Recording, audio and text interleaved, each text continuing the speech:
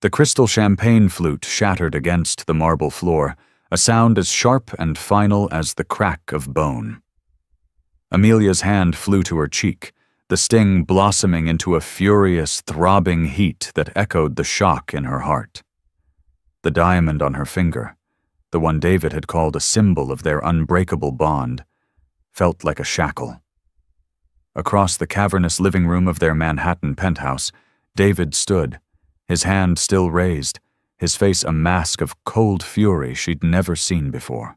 Her husband, the father of the child growing inside her, and beside him, a small, triumphant smile playing on her perfectly painted lips, was Isabella. Her hand rested on David's arm, a gesture of ownership, of victory. The air crackled with the unspoken truth that had just been violently revealed. In that one, soul-crushing moment, Amelia's perfect life, the charity galas, the Hamptons weekends, the carefully curated illusion of a fairy tale marriage, wasn't just fractured, it was obliterated. The shards of glass on the floor were a mirror to her own shattered soul. 3 months earlier, the gilded cage had still felt like a sanctuary. Amelia adjusted the silk sash over her baby bump, the fabric a soft whisper against her skin. From the floor-to-ceiling windows of their Upper East Side apartment, New York City glittered below, a sea of diamonds scattered on black velvet. It was the view from the top, a vista David Sterling had earned through what he called sheer force of will. Amelia had once believed him. Their life was a meticulously choreographed ballet of success.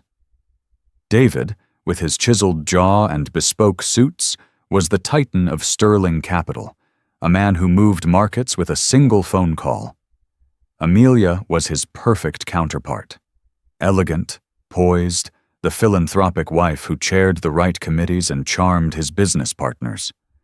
She'd met him at a gallery opening, a whirlwind romance that felt like a movie script. He'd pursued her with a relentless, intoxicating focus, making her feel like the only woman in a city of millions. He'd built this cage for her, plated it with gold, and convinced her it was a palace. But lately, the gold had started to feel cold to the touch. The spacious silence of the penthouse often felt less like peace and more like a void. David was working later, his phone perpetually angled away from her, his explanations for missed dinners becoming increasingly vague. "It's a big deal, Ames," he'd murmur, kissing her forehead, his lips cool and distracted. "You know how it is. We're on the verge of something huge." She tried to believe him. She was pregnant with their first child, a son, and the nesting instinct was a powerful sedative. She focused on decorating the nursery, choosing shades of soft blue and cream, imagining David teaching their boy how to throw a baseball in Central Park. She held on to that image like a shield. The first real crack appeared not with a bang, but with a name. Isabella. She was David's new COO, a woman he'd hired without even mentioning it to Amelia. "She's a shark, a real killer," David had said, with a rare spark of genuine excitement. Exactly what the company needs to level up. When Amelia finally met her at a company dinner, she understood. Isabella was everything she wasn't. She was sharp edges to Amelia's soft curves, her ambition a palpable force field. Her dark, knowing eyes had swept over Amelia's pregnant form with an expression that was not quite pity, but something far more unsettling. Assessment. "You must be so thrilled to be taking a step back," Isabella had said, her voice smooth as bourbon. It wasn't a question. Amelia had smiled, a polite, practiced gesture. "I'm thrilled to be starting our family." David had beamed, placing a possessive hand on the small of Amelia's back. "My two best girls," he'd declared, oblivious to the icy current passing between them. After that night, Isabella's name became a constant presence. It was Isabella's strategy that had landed the new merger. It was Isabella who had stayed late with him to close the deal. It was Isabella's idea to host a celebratory gala at their penthouse. "Isn't that a bit much?" Amelia had asked, feeling a prickle of unease. "Our home?" "It's a power move, Ames," David had explained, his tone laced with a faint condescension she was beginning to recognize. "It shows them we're not just a company, we're an empire, and you're the queen." But as she stood overseeing the caterers for that very gala, the title felt hollow. She was a glorified event planner in her own home, a prop for the man she loved. She'd caught David on the phone earlier, his voice low and intimate in a way it hadn't been with her for months. He'd hung up the second she entered the room, a flicker of something, guilt, annoyance, crossing his face before being replaced by a dazzling smile. "Just finalizing some details for tonight," he'd said, a little too quickly. Now, as guests began to arrive, their laughter echoing off the marble floors, Amelia plastered on her own smile. She was Mrs. Sterling, the gracious hostess, the expectant mother. She moved through the crowd, accepting congratulations and compliments on the decor, all while a cold dread coiled in her stomach. She saw David across the room, deep in conversation with a banking magnate, and right there, at his side, was Isabella, looking radiant in a crimson dress that clung to her like a second skin. She laughed at something David said, leaning in to whisper in his ear. He didn't pull away. He inclined his head, their intimacy a stark, public performance. For the first time, Amelia didn't see a colleague. She saw a rival. The cage door had just rattled, and for the first time, she truly, terrifyingly wanted out. Isabella Rossi moved through the world, as if she had already conquered it, and was simply waiting for everyone else to catch up. She was a master of the subtle power play, the psychological chess match that unfolded in boardrooms, and now, in the Sterling's own home. Her campaign to undermine Amelia was a masterpiece of plausible deniability. It started with small things. She'd accidentally have her assistant send Amelia schedules for David's business trips that were slightly different from the ones he'd given her, creating tiny seeds of confusion and distrust. "Oh, my deepest apologies, Amelia," she'd say in a follow-up email, dripping with false sincerity. "Things are moving so fast, I must have sent you an outdated itinerary. David and I had to make a last-minute change." David and I. The words were always linked, a casual branding of their partnership. Then came the gifts. Isabella would send bouquets of lilies to the apartment, exquisite, funereal white lilies, knowing full well Amelia was allergic. When Amelia would start sneezing, David would be annoyed. "Ames, it's a nice gesture. Don't be so sensitive." Isabella had positioned herself as thoughtful, and Amelia as ungrateful and difficult. The battleground was often David's perception. Isabella cultivated an image of herself as the indispensable woman who understood the pressures of his world in a way a stay-at-home wife never could. She'd text him late at night with urgent work questions, pulling his attention away when he and Amelia were finally having a quiet moment together. If Amelia protested, David would sigh, exasperated. "This is business, Amelia. This is what it takes to pay for all of this." He'd gesture around the opulent penthouse, a gilded reminder of what she stood to lose. The psychological warfare escalated. At a dinner with investors, Amelia, who had a degree in art history, was discussing a recent exhibition at the Met. Isabella waited for a pause, and then, with a light, dismissive laugh, said, "It's so charming how you have time for such lovely hobbies, Amelia. My idea of art lately is the beauty of a perfectly executed hostile takeover." The investors chuckled. David squeezed Isabella's shoulder in appreciation. In one clean stroke, Isabella had painted Amelia as a frivolous dilettante, and herself as David's intellectual and professional equal. Amelia felt like she was losing her mind. Every attempt to voice her concerns to David was met with accusations of jealousy, or paranoia. "Are you seriously threatened by my COO? The woman who is making us millions?"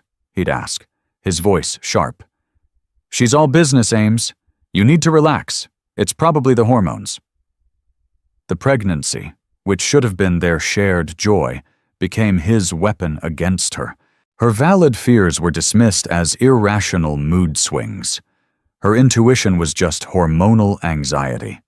He was gaslighting her, and Isabella was handing him the matches.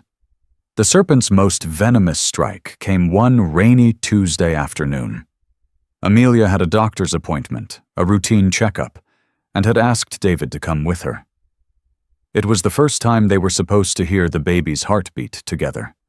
He promised he would be there. He said nothing was more important. Amelia waited in the sterile examination room for 45 minutes, the thin paper crinkling beneath her every time she shifted. The nurse popped in twice with a sympathetic smile. Finally, Amelia's phone buzzed. A text from David. "So sorry, baby. Emergency at the office. Can't pull away. Isabella is working her magic. We're about to close the Henderson deal. We'll make it up to you. I promise."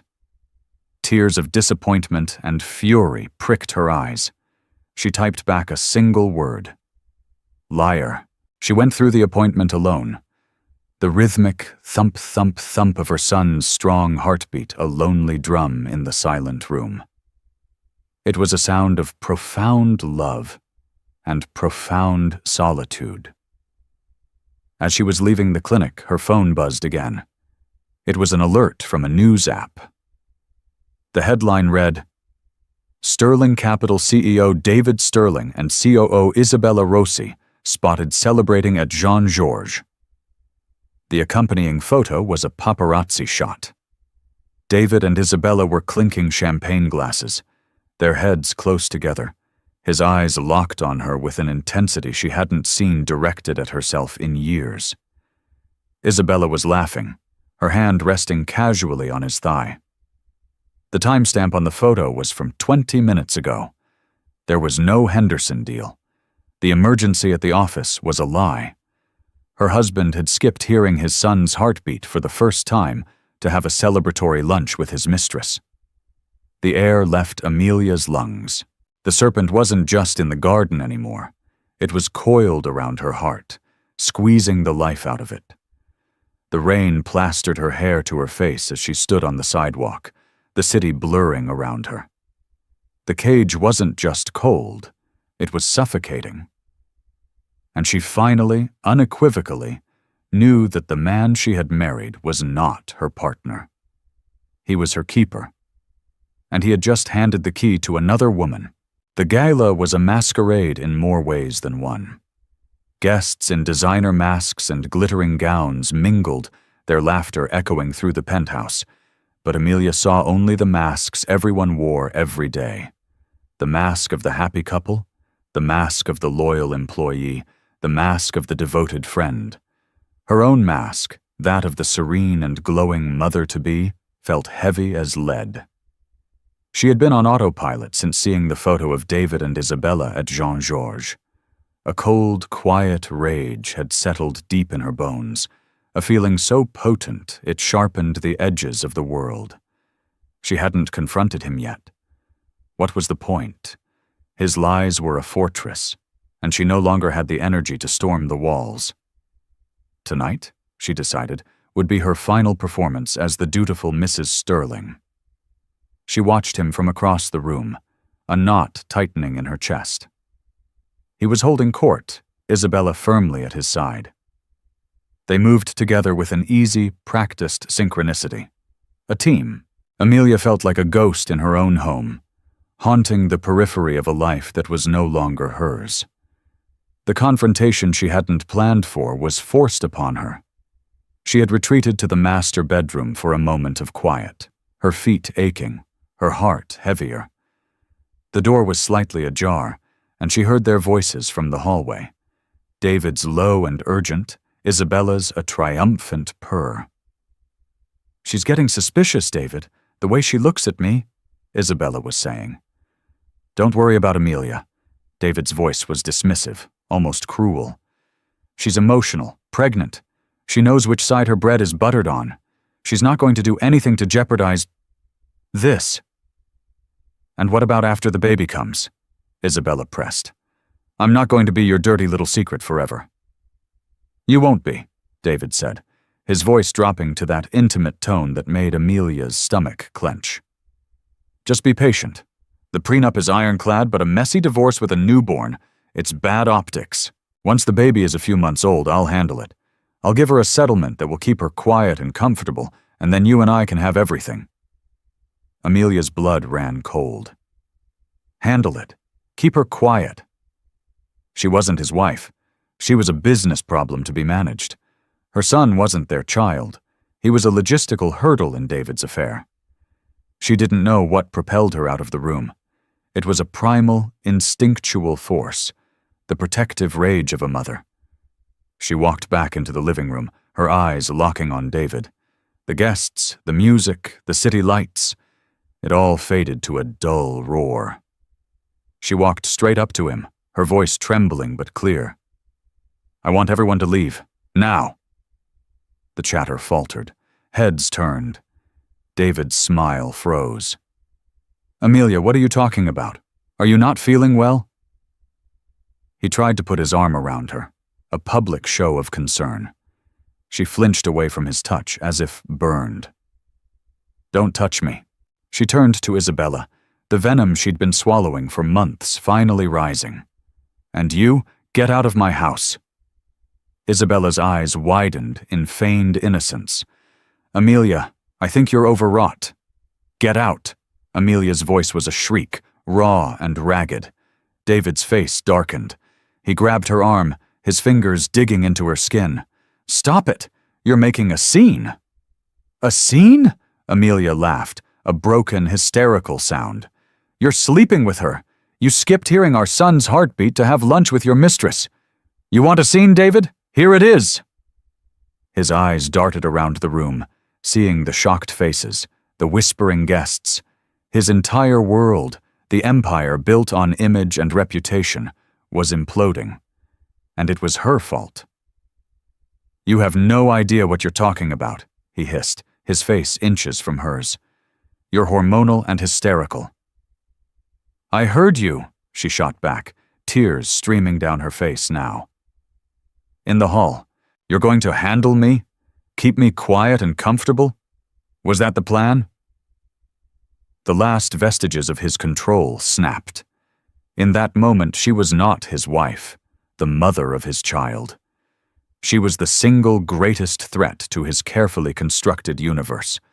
All his rage, his narcissism, his cornered animal panic coalesced into one singular, violent impulse.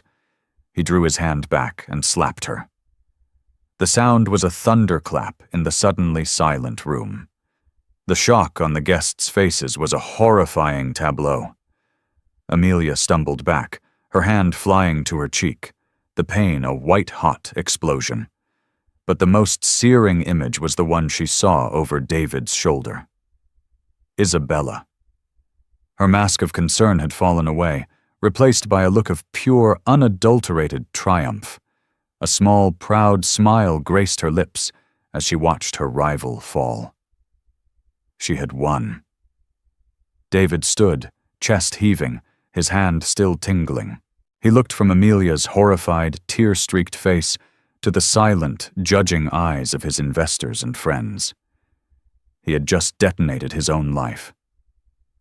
Amelia's eyes, clear and blazing with a pain that had burned away all fear, met his. It's over, David, she whispered, her voice a low, steady promise of retribution. Then, with a final, contemptuous look at Isabella's smiling face, she turned and walked away, leaving the ruins of her marriage and the shattered pieces of her heart scattered across the marble floor. The silence in the chauffeured car was more deafening than the screaming had been. After Amelia had walked away, a mass exodus of guests had followed, their hushed, scandalized whispers trailing behind them. David had instructed his driver to take Amelia to their Hamptons house, an edict delivered without looking at her. It wasn't a suggestion. It was a banishment. He needed her out of sight while he performed damage control. Amelia sat staring out at the blurred lights of the Long Island Expressway, her cheek still throbbing, a dull ache that radiated down to her soul. The slap was a physical manifestation of years of emotional blows she had ignored. The gaslighting, the dismissiveness, the isolation. It had all been leading to this. He hadn't just hit her, he had revealed himself. The charming, ambitious man she'd married was a facade. Beneath it was someone hollow, cruel and weak. She spent the first 24 hours in the cavernous, empty beach house, in a state of shock, moving from room to room like a phantom. She didn't cry. The pain was too deep for tears. It was a cold, hard knot in the center of her being. Her baby kicked, a small, insistent flutter, and for the first time, the feeling didn't bring a smile. It brought a terrifying clarity. She was not just a wronged wife, she was a mother. Her son would not be raised by that man. He would not grow up in a house built on lies and cruelty. That thought was the spark. The next morning, fueled by a resolve she didn't know she possessed, Amelia started to fight back. Not with emotion, but with intellect. She had been the art history wife, the decorative piece. David and Isabella had underestimated her. That was their first mistake. She started with David's home office, a place she usually avoided. It was his domain, filled with mahogany and the scent of expensive cigars. She ran her fingers along the spines of his leather-bound books, but her target was the sleek silver laptop on his desk. She knew his password. It was the anniversary of the first deal he ever closed, a date he revered more than their own wedding anniversary. Once inside, she didn't look for emails or texts about the affair. That was the emotional wound. She needed the strategic weapon. She started digging into the company files he'd synced to his personal computer. As the wife of the CEO, she'd sat through countless boring dinners, listening to him boast about his wins. She'd absorbed more about finance and corporate strategy than he ever gave her credit for. She spent hours, then days, sifting through spreadsheets, investment portfolios, and encrypted folders. Her initial search was for his true net worth, evidence for the divorce proceedings she knew were coming. But she found something more. She found a pattern, a series of offshore accounts in the Cayman Islands, a shell corporation named IR Investments, IR Isabella Rossi. Amelia's heart hammered against her ribs. This wasn't just an affair, it was a conspiracy. David was siphoning money from Sterling Capital, millions of dollars, and funneling it into a company controlled by his mistress. It was brazen, arrogant, and highly illegal. He was embezzling from his own company, defrauding the investors who had just witnessed him assault his pregnant wife. The hidden motive clicked into place. This wasn't just about leaving her for Isabella. It was about starting a new life with a stockpile of stolen cash. He wasn't just going to divorce Amelia. He was planning to gut his own company and leave the wreckage behind. He and Isabella were partners in crime, and Amelia was just collateral damage. She found encrypted transaction logs, private correspondence with a shady offshore banker, and a draft of a business plan for a new venture in Dubai, set to launch in 6 months, co-owned by David Sterling and Isabella Rossi. Her baby was due in 4. The timeline was sickeningly clear. He was going to wait until the baby was born, handle her, and then disappear with his lover and his stolen fortune.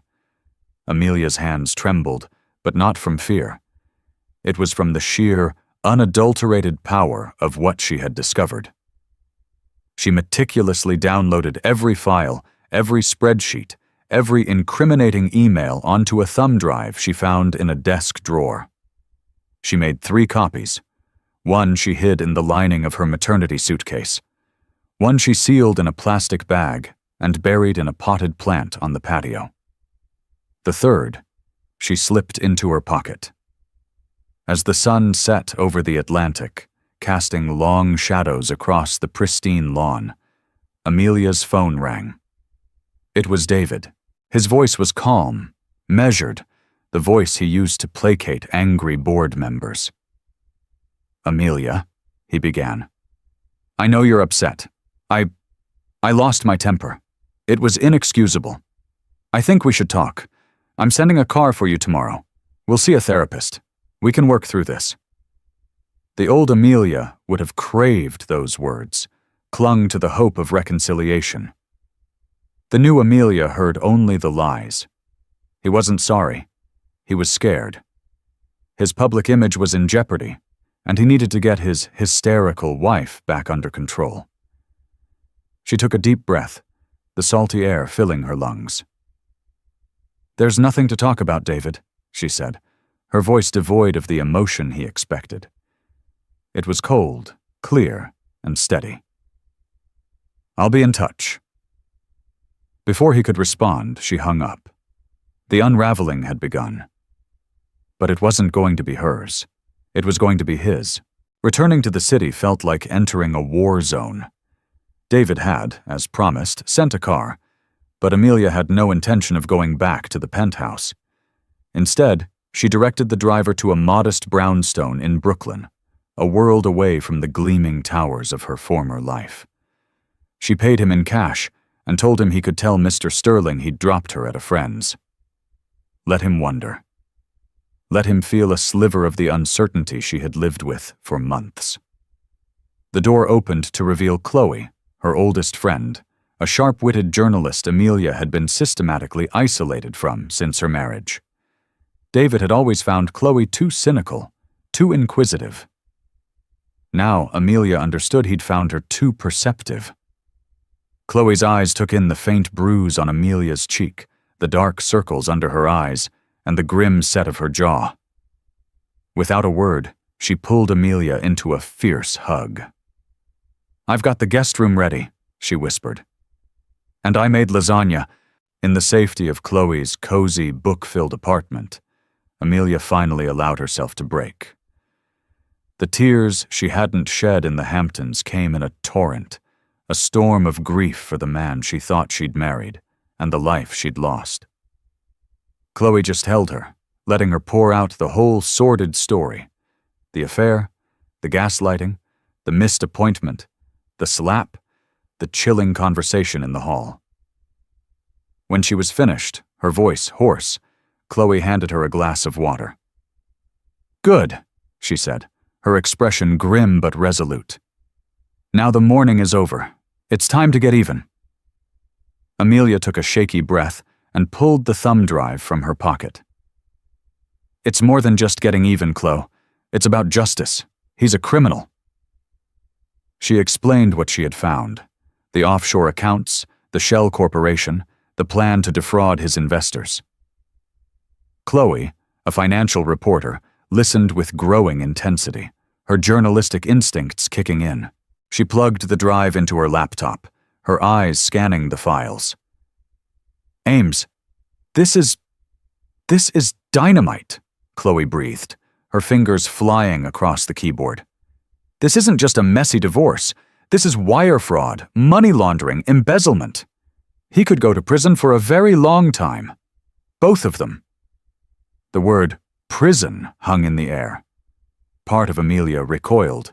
This was still the father of her child. But then she remembered his cold voice saying he would handle her, Isabella's triumphant smile, and the sting on her cheek. Her resolve hardened. He had made his choice. Now she would make hers. "What do we do?" Amelia asked, her voice stronger now. "We don't go to a divorce lawyer," Chloe said, her eyes gleaming with purpose. "Not yet. A divorce lawyer will use this as leverage for a bigger settlement. We go bigger. We go to the authorities. But we do it smart. We need someone who can't be bought. Someone who will see this through to the end." Chloe spent the next hour making calls, tapping into her network of sources. Finally, she scribbled a name and number on a notepad, Marcus Thorne, Assistant U.S. Attorney for the Southern District of New York. They call him the Bulldog. He made his name taking down white-collar crooks. He despises guys like David Sterling. And the best part? He's not a fancy private attorney. He's a public servant. His only client is the United States government. The next day, they met Marcus Thorne in a sterile, impersonal office in a federal building downtown. He was a man in his late 40s with a tired face, rumpled suit, and the most intelligent, piercing eyes Amelia had ever seen. He listened to her story without interruption, his expression unreadable. Amelia, who had once charmed rooms full of billionaires, found herself nervous, but she told him everything, her voice steady, presenting the facts calmly and concisely. When she finished, she slid the thumb drive across the table. Thorne picked it up, weighing it in his hand as if it were a weapon. "Mrs. Sterling," he said, his voice a low gravel. "Are you aware of the implications here? If we pursue this, your husband's assets will be frozen. Your life will become a matter of public record. It will be ugly." "My life is already ugly, Mr. Thorne," Amelia replied, meeting his gaze.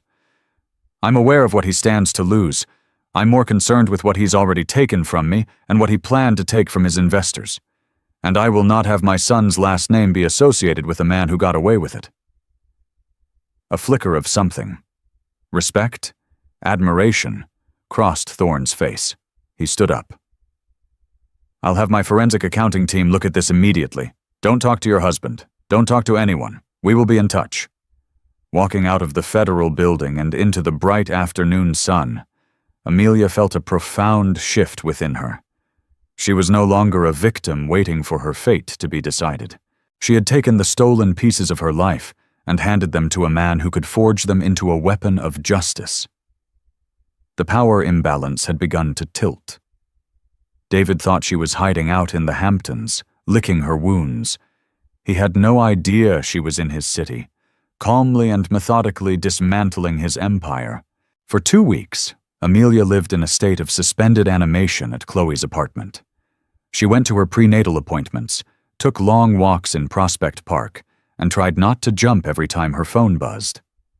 David had left a dozen messages, his tone shifting from feigned concern to frustration, and finally to outright anger.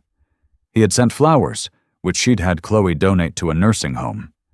He had even, in a move of stunning audacity, had a new Tesla delivered to Chloe's address, a gift she promptly had towed. He was trying to buy her forgiveness, her silence. He still thought she was a commodity. The call came from Marcus Thorne on a Thursday morning. "We've got it all," he said, his voice grimly satisfied. "It's even worse than you thought. He was setting up a complete asset transfer.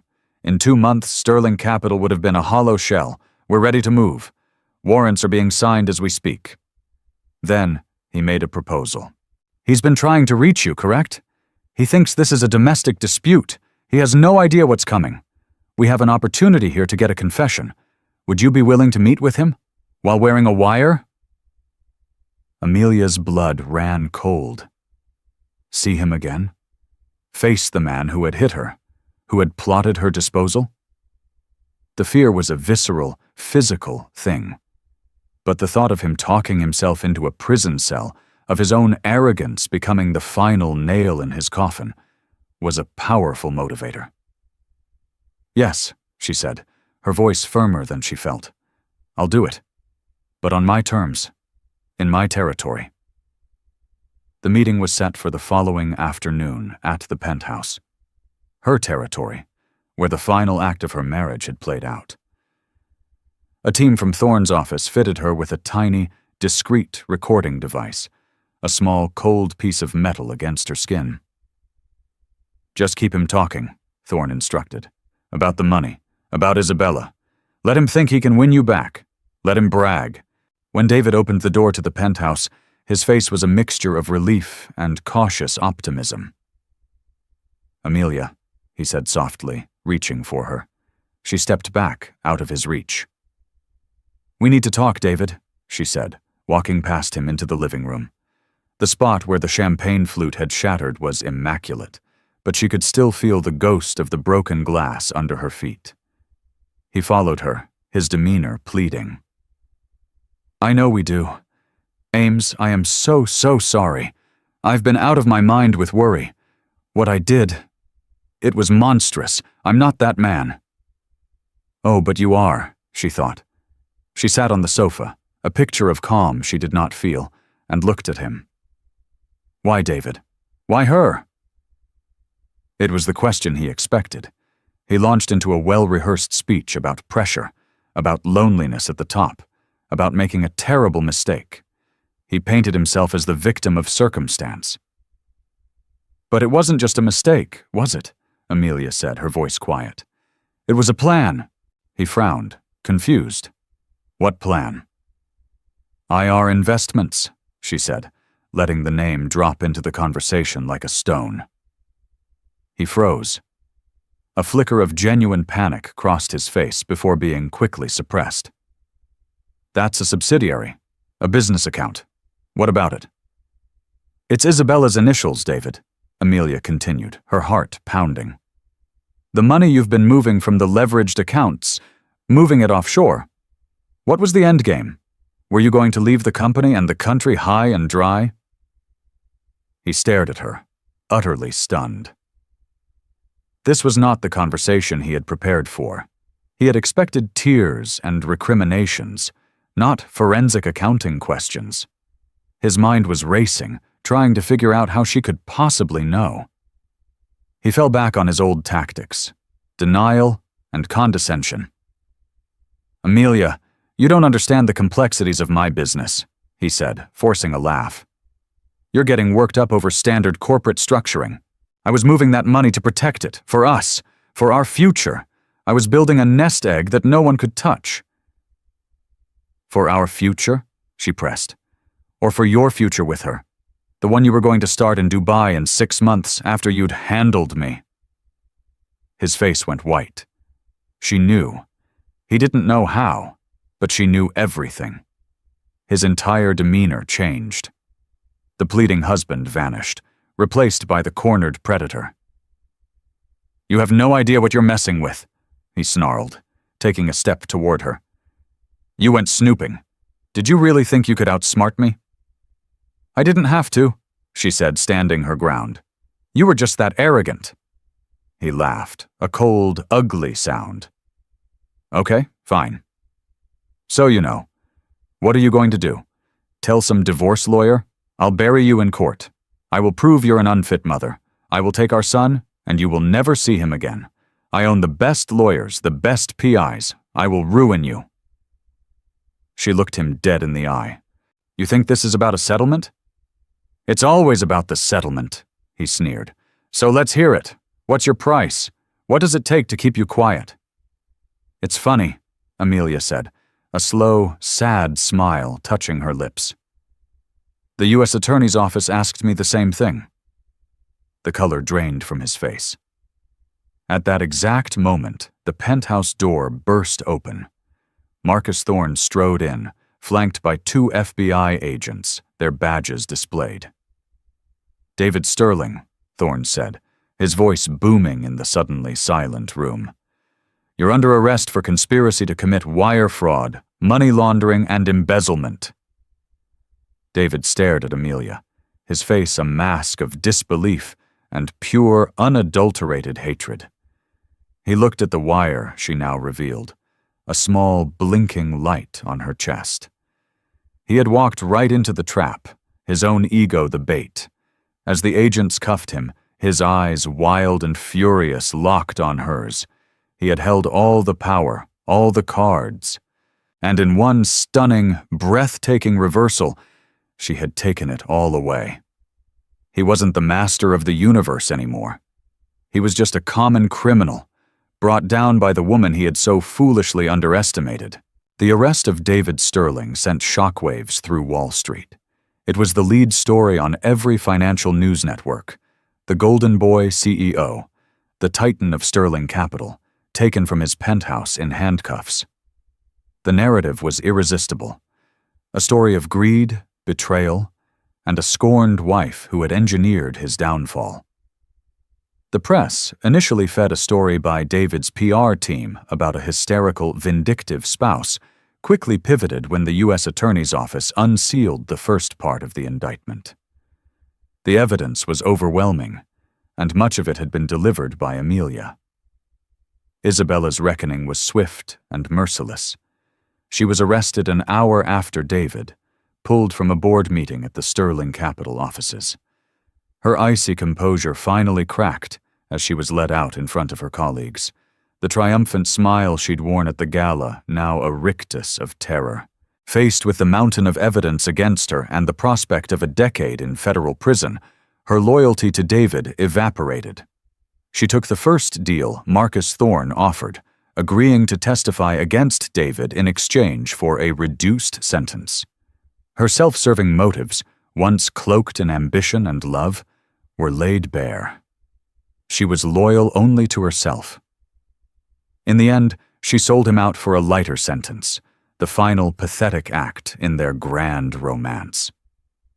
For Amelia, the aftermath was a whirlwind of legal meetings and media scrutiny. She was the star witness in the government's case. David's high-priced legal team tried to paint her as a liar, a woman motivated by jealousy and greed. They brought up her art history degree, her role as a stay-at-home wife, trying to portray her as too unsophisticated to understand the documents she'd uncovered. But on the witness stand, Amelia was unshakable. Guided by Thorne, she calmly and clearly detailed David's manipulation, his gaslighting, and the financial crimes she had painstakingly pieced together.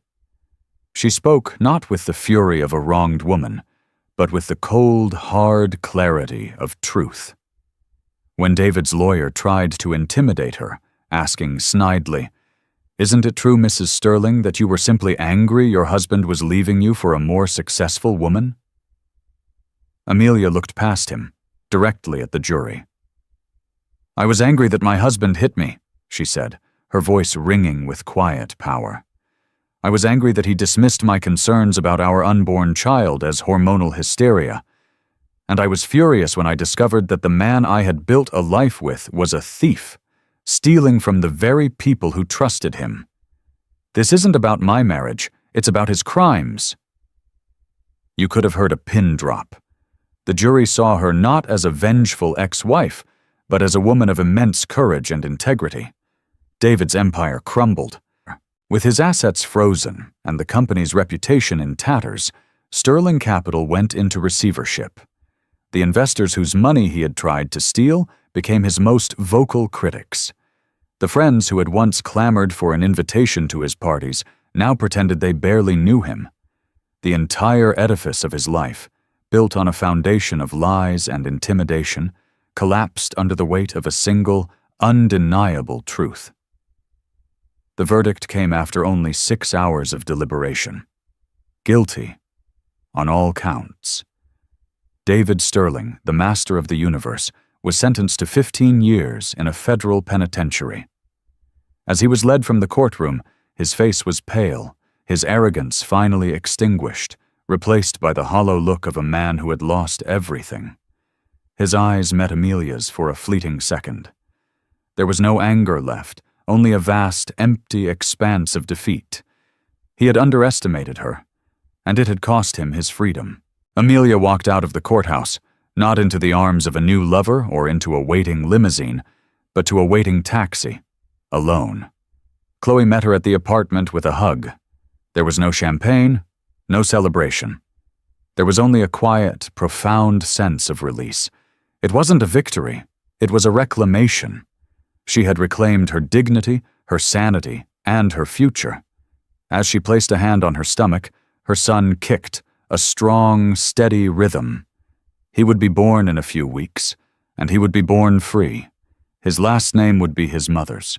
5 years later, the salt-tinged air of Charleston, South Carolina, was a world away from the stale, recirculated air of a Manhattan penthouse. Amelia, now known by her maiden name, Amelia Hayes, pushed her 4-year-old son, Leo, on a swing in a sun-dappled park. His laughter, bright and carefree, was the only currency that mattered to her now. After the trial, She had wanted nothing more than to disappear. The settlement she received from the dissolution of David's assets was substantial, but she used most of it to create a foundation that provided legal aid to victims of domestic abuse and financial fraud, a quiet act of turning her pain into purpose. She kept enough to start over, to buy a modest, historic house with a sprawling garden in a city where no one knew the name Sterling. She had rebuilt her life not on the grand scale she had once known, but on a foundation of authentic, quiet joys. She ran a small, successful art gallery downtown, a place that celebrated local artists. It didn't make headlines in the Wall Street Journal, but it filled her with a sense of accomplishment David's reflected glory never had. Her life was smaller, but it was infinitely more real. It was hers. Leo was a whirlwind of energy and curiosity, a boy with her eyes and a spirit entirely his own. She was raising him to be kind, to be honest, to respect women, to be everything his father was not. She had answered his questions about his father simply and without bitterness. He made some very bad choices, she'd explained, and now he has to live somewhere else for a long time. Leo had accepted it with the simple logic of a child. His world was here, with his mother in the sunshine. Her friendship with Chloe was stronger than ever. Chloe often flew down for weekends, marveling at the transformation. "You're a different person, Ames," she'd said on her last visit, watching Amelia potting geraniums, her hands covered in dirt. "You're happy." And she was. It wasn't the giddy, performative happiness of her old life.